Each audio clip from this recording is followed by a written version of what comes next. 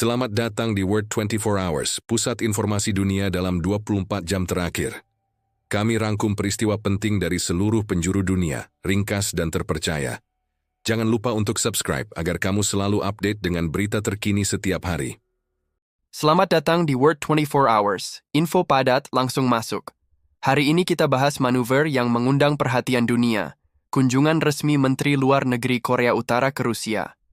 Di tengah tekanan sanksi internasional, langkah ini bukan sekadar diplomatik biasa. Korea Utara dan Rusia sama-sama sedang dalam posisi terkucil di mata Barat. Korea Utara karena program nuklirnya, Rusia karena invasi ke Ukraina. Tapi justru dari keterasingan itu, keduanya mulai menemukan titik temu, saling menguatkan. Dalam kunjungan ini dibahas berbagai kerja sama strategis. Meskipun detail pertemuan tidak dipublikasikan secara terbuka, banyak analis percaya mereka membicarakan kemungkinan kolaborasi yang lebih dari sekadar perdagangan. Isu teknologi, militer, bahkan logistik diperkirakan ikut masuk dalam agenda.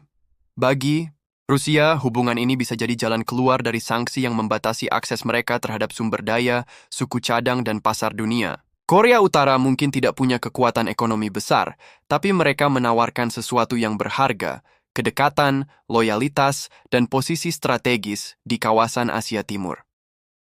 Sebaliknya, bagi Korea Utara, kedekatan dengan Rusia menjadi pesan kuat bagi dunia. Mereka menunjukkan bahwa mereka tidak sendirian, bahwa masih ada negara besar yang bersedia membuka tangan.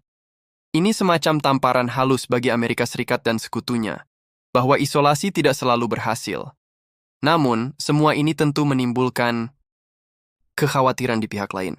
Korea Selatan, Jepang, dan tentu saja Amerika Serikat pasti memperhatikan perkembangan ini dengan sangat serius. Mereka tahu, jika hubungan ini berkembang ke ranah militer, situasi di kawasan bisa memanas dengan cepat. Di balik layar, banyak kemungkinan sedang disusun. Apakah akan ada pertukaran senjata? Apakah Rusia akan memberikan bantuan teknis kepada Korea Utara? Atau sebaliknya, Korea Utara yang menyediakan tenaga kerja murah dan jalur logistik alternatif bagi Rusia? Belum ada yang bisa memastikan, tapi arah angin sudah terasa. Pertemuan ini bisa jadi awal dari babak baru dalam geopolitik Asia. Ketika dua negara yang selama ini dianggap bandel oleh dunia internasional mulai saling mendekat, dunia harus waspada. Ini bukan sekadar diplomasi biasa, ini pesan bahwa kutub kekuatan global sedang bergeser. Di masa depan, kita mungkin akan melihat blok-blok baru terbentuk, negara-negara yang dulu berdiri sendiri kini saling merapat karena tekanan yang sama.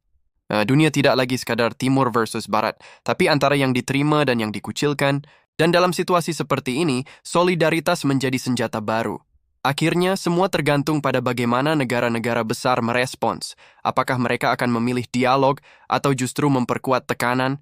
Apakah kerjasama seperti ini akan membawa stabilitas atau malah membuka potensi konflik baru? Jawabannya mungkin tidak kita lihat besok. Tapi percayalah, langkah-langkah kecil hari ini bisa menentukan arah dunia besok.